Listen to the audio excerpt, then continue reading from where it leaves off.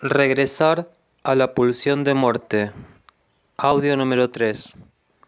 3. Anestesiar una burbuja. Para anestesiar una burbuja debemos, por supuesto, inocularle un líquido proveniente de una jeringa en cuyo extremo se halla una aguja, en cuyo extremo hay un pequeño orificio, tal vez una potencial burbuja que al desprender su disparo deja de serlo, pero en el instante previo al ser disparada, la liquidez de esa sustancia, tal vez todos los deseos de la aguja se ven aniquilados, así como el reloj al llegar a las 12 en punto ve envilecerse a través de la identidad entre los segundos, los minutos y las horas, ve envilecerse a sí mismo, se ve a sí mismo todos sus deseos anulados en un punto cero, el punto de partida, el cero, la burbuja, la cresta de la ola, que de ahora en más ya no será proverbial, que de ahora en más ya no nos aquietará como antaño, cuando recibíamos de parte de las autoridades unas palabras simples que nos confortaban, unas promesas que simplemente aceptábamos como el sentido común, como lo ya dado, los dados lanzados en la mesa llenos de burbujas. Cada punto en el dado, una pequeña burbuja que se insinúa ante nosotros sin insinuarse, se presenta de forma tan natural que no podemos más que aceptar ese hecho, y al ser ya establecida la lanzada de los dados, el presente es ya lo que siempre ha sido, la inevitabilidad. El azar es tan siniestro, tan opaco. El azar, esa palabra que a lo largo de la historia de esta era de la civilización que comenzó hace unos 10.000 años, nos esforzamos por aclarar. El azar, un concepto tan contradictorio y azaroso, un rebajarnos allí, volver al inicio, siempre volver a una cosa anterior, sacarse de sí una piel vieja que sin embargo era tan nueva, y por eso se nos recrimina que hayamos escapado de ella. Huir de las riquezas, huir de esa pobreza que solo tiene las cosas que se supone que se debe tener, un gancho en nuestra piel, espaldar, unas pequeñas cadenas sosteniéndonos de los omóplatos, nos hacen viajar a alturas increíbles y nos bajan casi a la superficie, nos vuelven a hacer subir un número magnífico, la ilusión de las alas, la ilusión de poder volar, ilusión de la inocencia, evolución, dicen. Hemos adquirido otro más, hemos adquirido otro bien más, un don se nos ha dado esta vez a esta altura de la civilización. Ya era hora de que se nos diera, pero en trance, siempre en trance de volver a buscar algo distinto. Nos despertamos a medianoche, justo cuando el reloj adhiere las agujas a sí mismo. En su boca de las 12 engulle las agujas, una a una lo inoculan al reloj, una a una las agujas, a la una no, a las 12, un orificio en el extremo, una burbuja más que será perpetuamente hechizada por el parecer de un futuro que realizaría su deseo, pero no, todo se anula, todo vuelve a cero, todo vuelve a partir. Los 12 trabajos son tan importantes que son difíciles de contar y establecer. ¿Un misterio acaso hay en la vida cotidiana? Un misterio relacionado con estas 12 tareas a ser realizadas. Y yo, sin embargo, estoy en un -5, -6 o -7. Es decir, aún me faltan como 7 pasos para empezar a entender de qué se tratan estos 12 trabajos que deberíamos hacer, los trabajos y los días, Hércules y etcétera, etcétera. Pequeñas memorias pasadas que vienen de remotas civilizaciones más antiguas que la antigüedad imaginable. Hombres en cuyo centro craneal, en cuya frente se encontraron orificios aparentemente realizados por un disparo perfecto, una esfera perfecta. Era tal vez el tercer ojo que había crecido en ellos y los había quemado con tal fuerza que les había dado muerte y llegado a agujerear el hueso. Tal vez una revolución siempre latente, tal vez un foquismo de la iluminación, no una teoría de la diseminación, no un foquismo sin origen, una guerrilla contra la oscuridad. Tal vez los profetas eran quienes manejaban sus energías de una manera tan inconsciente, una manera tan ilusoria. ¿Y para qué? ¿Para qué controlar el propio flujo energético? ¿Para qué guardarlo, acumularlo y proyectarlo hacia arriba? Esa proyección hacia arriba, siempre ascendiendo, esa búsqueda de la ascensión, compararnos con una flor de loto, compararnos con la luna, compararnos.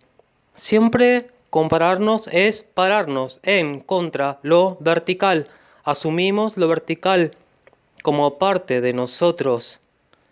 Y lo vertical es un hechizo en el que hemos caído, tal vez hemos caído.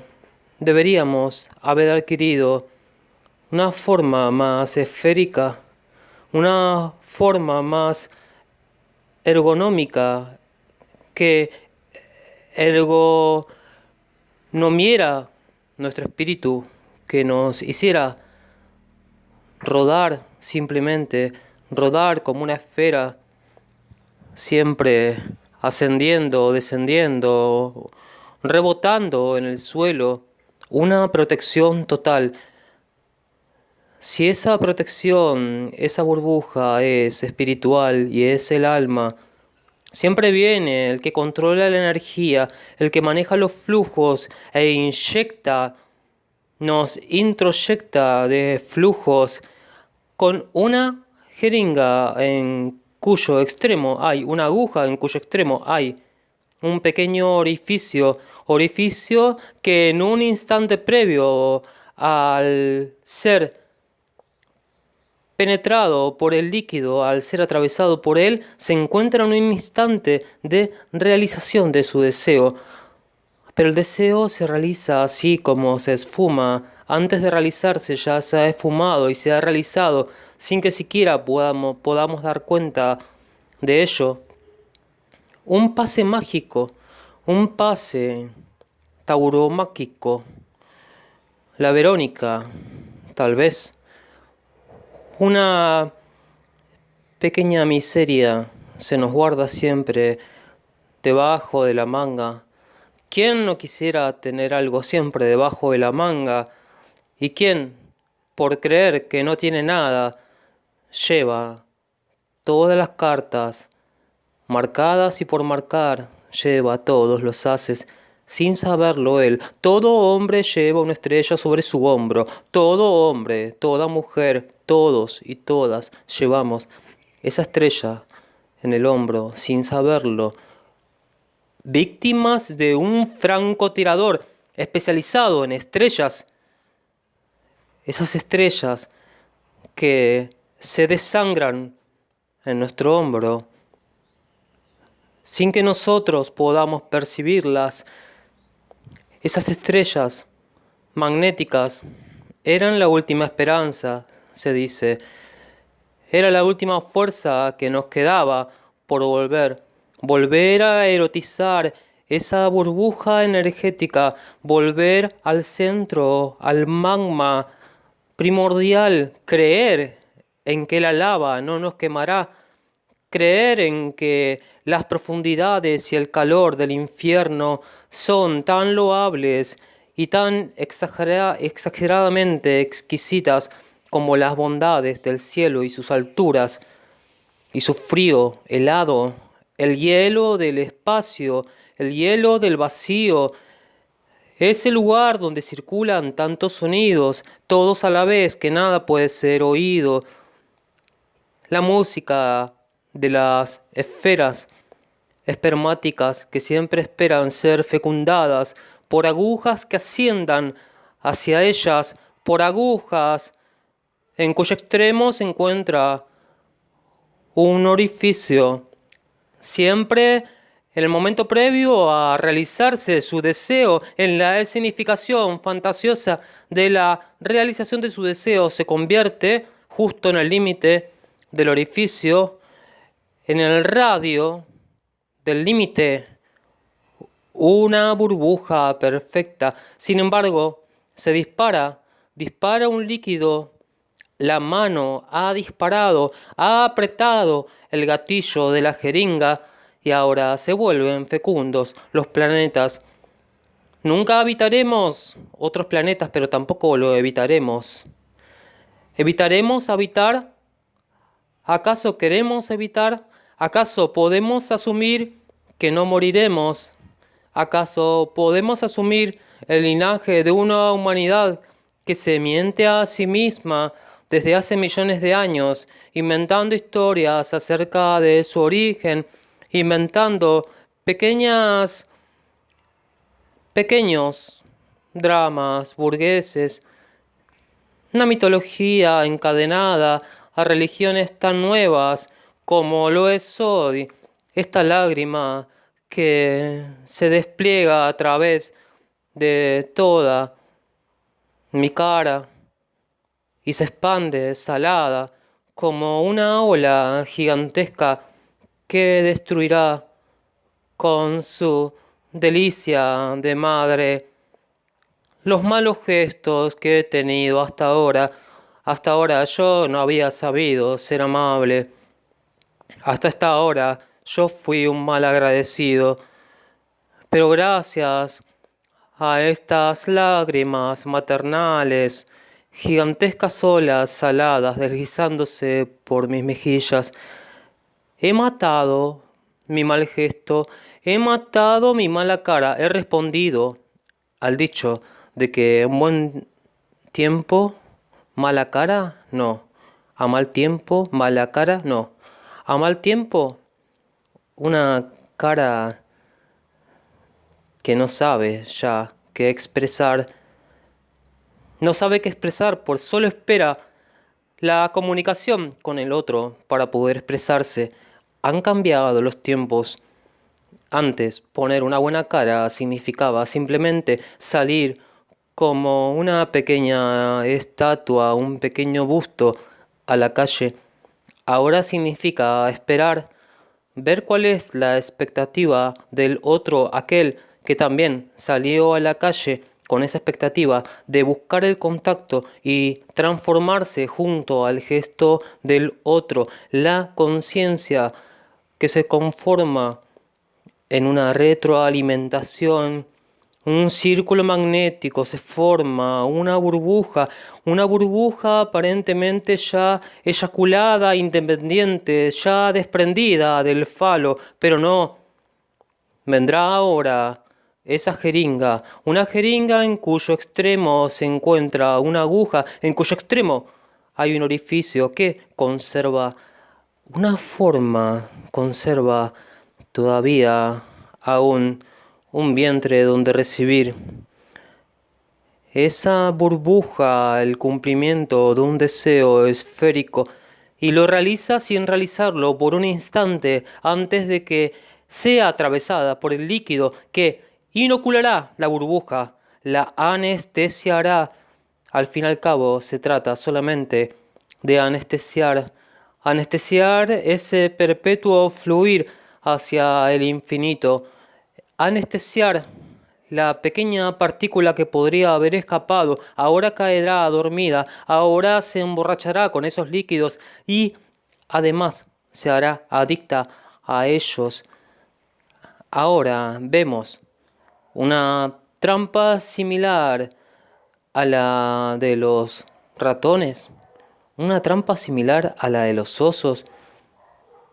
Es distinta de esta, tal vez la tecnología humana de la lógica y la dialéctica, la hermenéutica, la mayéutica, sean una evolución verdadera respecto de la posibilidad de seguir avanzando. Una viscosidad se nos añade ahora a los tobillos, además de las cadenas se vuelven más pesadas. Hay algo más que llevar, hay algo más a lo que responder. Un sonido estridente ha partido del horizonte, ha llegado hacia nosotros en menos de un segundo. Enloquecemos. Parece que hemos sido asediados una vez más. Muchas burbujas habían dado cuenta de que la inoculación les impedía después tener buenos sueños y los sueños se reducían a pequeñas especulaciones de bajas vibraciones. Se sentían ya casi aniquilados en sus pensamientos, en sus horizontes de vida.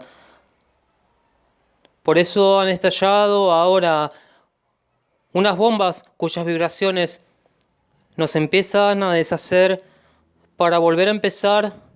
Y todo esto ocurre dentro de una burbuja mayor, una burbuja más grande, tan grande y más que el universo. Si el universo no puede ser pensado, entonces no imaginemos, pero sabemos que esta burbuja es solamente una más cerrada sobre sí misma.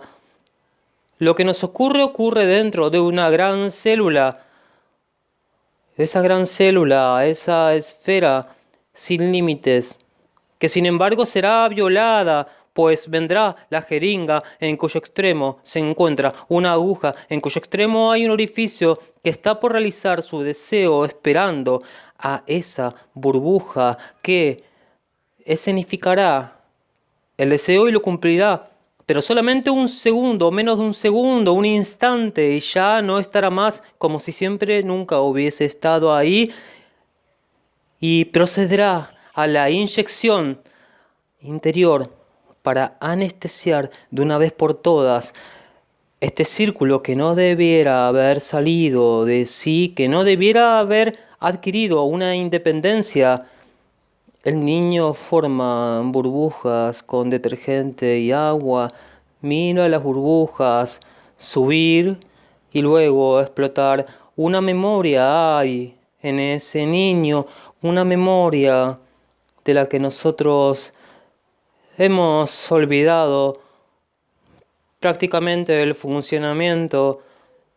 Hemos olvidado la magia o hemos recordado. ¿Acaso nos genera tanta angustia ver al niño mirar la burbuja? Nos genera una angustia tan insoportable. Un sistema de defensa se activa. La indiferencia de la adultez que permite, sin embargo, que a cada segundo esas jeringas se introyecten una jeringa que contiene en su extremo una aguja en cuyo extremo hay un orificio que espera siempre ese pequeño deseo realizado. Poca ambición, tal vez sea solamente una ambición mínima, la logra y no cumplir, pues al atravesar el líquido destroza esa burbuja que había quedado, una pequeña partícula de oxígeno, un poco de oxígeno, por Dios, un oxígeno que entre por fin en nuestra sangre y nos haga de una vez por todas vivir.